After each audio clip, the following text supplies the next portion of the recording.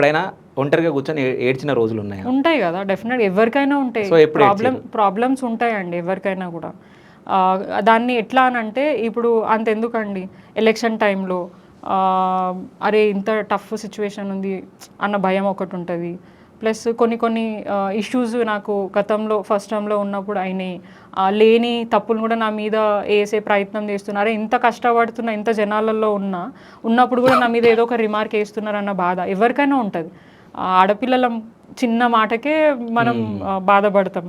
So ఉంటాయి, కానీ అన్నీ కూడా మేము పబ్లిక్లో తీసుకురాం కదా. సో అవి ఉన్నాయని చెప్పేసి అవి చూపించాం కూడా. సో ఏది ఉన్నా కూడా దాన్ని పక్కకు పెట్టి ప్రొఫెషనల్కి వచ్చే వరకు మేము దాన్నే హ్యాండిల్ చేస్తాం. పర్సనల్ని ఎక్కడ కూడా ఇది చేయం.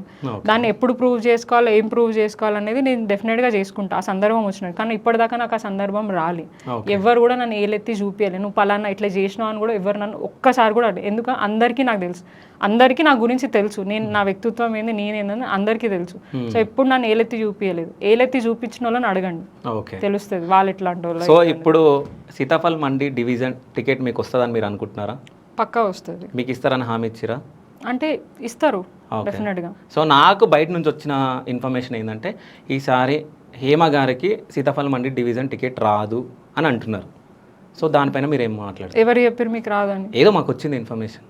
అట్లేం లేదు, ఖచ్చితంగా ఇస్తారు. ఇప్పుడు ఇంకా డివిజన్లు పెరిగినాయి, తగ్గలే, పెరిగినాయి కాబట్టి వేరే వాళ్ళకి కూడా అవకాశాలు ఉంటే పార్టీకి కూడా పనిచేసిన వాళ్ళు కావాలా. సో నిరంతరం ప్రజల్లో ఉన్నాం, పనిచేస్తూ ఉన్నాం, ఒక రిమార్క్ లేదు. సో అట్లాంటి వాళ్ళకి ఇవ్వకుండా అయితే ఉండదు, డెఫినెట్గా ఇస్తుంది. సో అండ్ తర్వాత కూడా వాళ్ళు సర్వేలు చేయించుకుంటారు. ఆ సర్వేల బేస్ మీద కూడా మనకి అవకాశాలు ఉంటాయి. సో ఇదే అనేది కూడా ఏం లేదు, తర్వాత ఫ్యూచర్ కూడా ఉంటుంది. సో నా ఏజ్ కూడా అయిపోలేదు, మీలాగానే నేను కూడా యంగ్ ఉన్నా. డెఫినెట్గా పని చేయడానికి ఎనర్జీ ఉంది, ఇంకా ఎఫర్ట్స్ పెట్టి పని చేస్తా. ఖచ్చితంగా అవకాశం ఇస్తుంది. పని చేసిన వాళ్ళు పార్టీ దూరం చేసుకోదని నేను భావిస్తాను. ఓకే, అంటే ఒకవేళ సీతాఫల్ మండి టికెట్ ఇవ్వకుండా వేరే డివిజన్ టికెట్ ఇస్తే తీసుకుంటారా?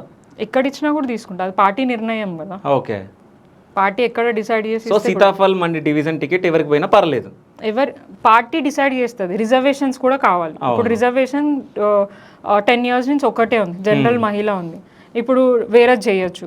చేసినప్పుడు వేరే వాళ్ళకి అవకాశం వచ్చినప్పుడు నాకు వేరే దగ్గర అకామిడేట్ పార్టీ చేయాలనుకుంటే చేస్తే నేను అక్కడ కూడా పని చేయడానికి ఉన్నా. లీడర్ అనేవాళ్ళు డైరీ చేసే వాళ్ళు అట్లనే ఉండాలి కదా. నాకు ఇక్కడనే ఇస్తే నేను పని చేస్తా అనేది ఏం లేదు కదా. నేను లీడర్షిప్ అనేది వేరే దగ్గర కూడా ఉపయోగపడుతుంది అని వాళ్ళు భావించింది కాబట్టి వేరే దగ్గర ఇస్తున్నారు.